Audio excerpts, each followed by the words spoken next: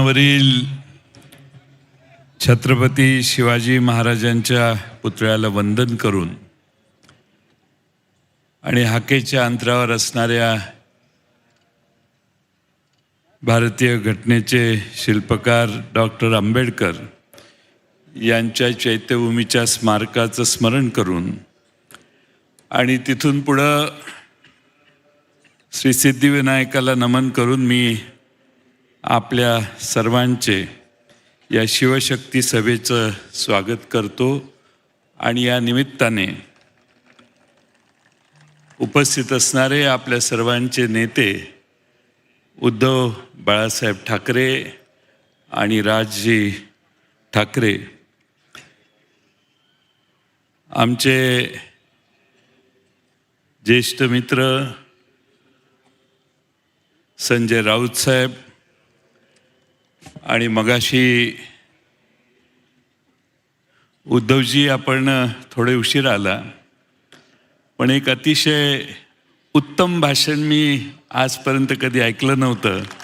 एवढं सुंदर भाषण आदित्यजींचं मी आज ऐकलं. या मुंबईची नस काय आहे, मुंबईला काय हवं आहे आणि मुंबईला काय आपण देणार आहे, हे ज्या नेत्याला ओळ आणि ओळ, कोपरा आणि कोपरा माहीत आहे, असे आदित्य ठाकरे मी मगाशी बघितले. उद्धवजी, महाराष्ट्राची जबाबदारी तुमच्यावर आहे, पण आता मुंबईची जबाबदारी आदित्यंच्यावर सोडून आपण मोकळे व्हायला हरकत नाही. एवढी आदित्य ठाकरेंच्या मध्ये या मुंबईच्या प्रश्न सोडवण्याची जिद्द आज निर्माण झालेली आहे. मुंबईत स्वर्गीय आदरणीय बाळासाहेब ठाकरे साहेबांनी शब्द दिला आणि त्या शब्दामुळं ही मुंबई मराठी माणसांची आहे, मराठी वासियांची आहे, ही भावना पूर्ण देशभर पसरली. त्याचं एकमेव कारण स्वर्गीय बाळासाहेब ठाकरे. ते होते म्हणून या मुंबईमध्ये मराठी माणूस स्वाभिमानानं ठामपणानं उभा राहिला. हे आजही महाराष्ट्रात कुणीही विसरता कामा नये. खरं म्हणजे मागचं पोस्टर बघून मला मनापासून आनंद होतोय. त्या दोघांनी बघितलं की नाही मला माहीत नाही, पण हे मागचं पोस्टर बघून मला आनंद होतोय की भावकी एक झाली. मी कालपासून मुंबईतल्या अनेक प्रभागामध्ये फिरलो.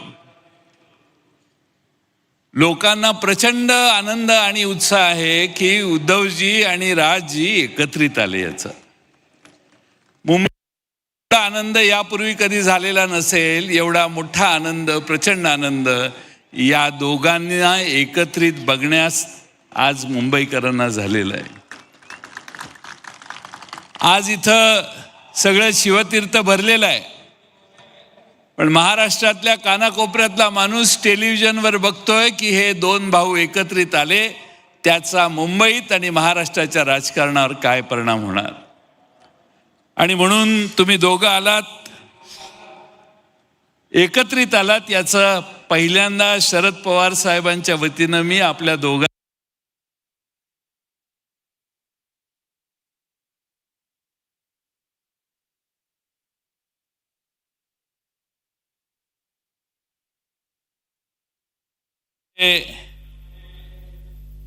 इथं बोलत असताना नेहमी हिंदू हृदय सम्राट बाळासाहेब ठाकरेंचं भाषण आम्ही टेलिव्हिजनवर बघायचो.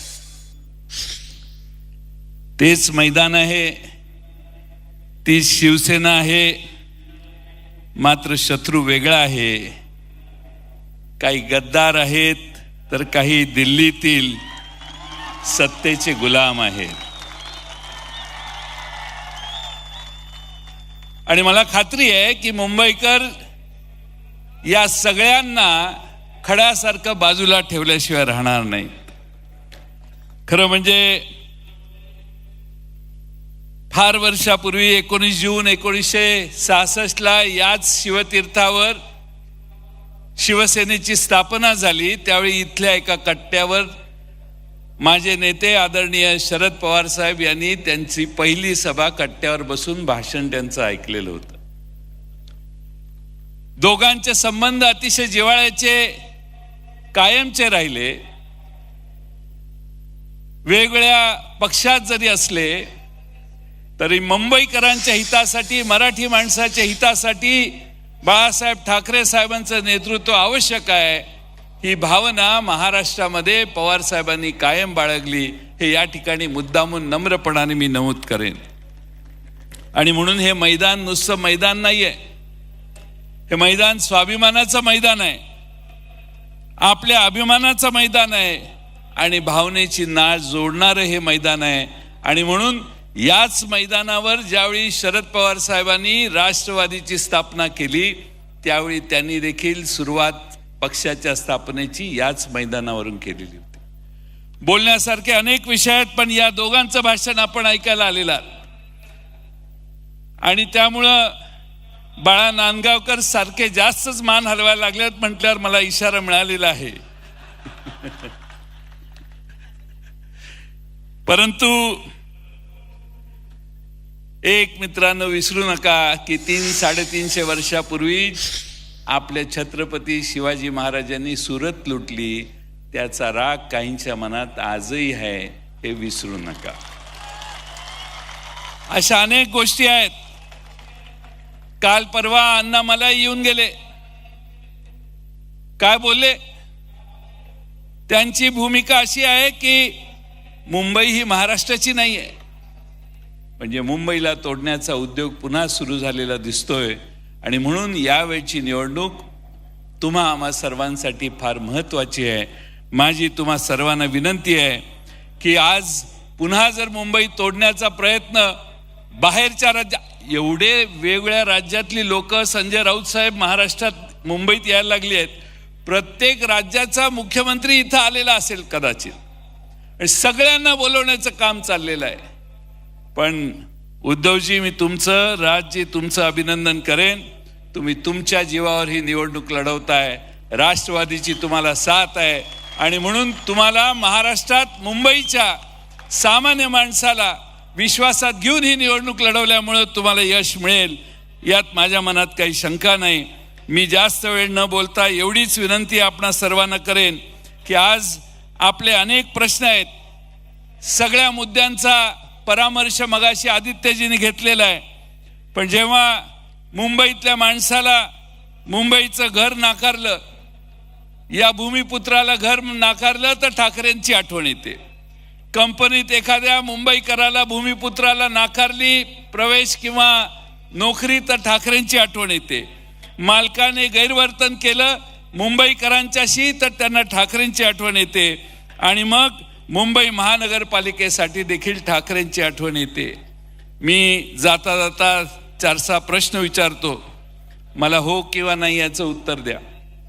शेतकऱ्यांची कर्जमाफी झाली का हो?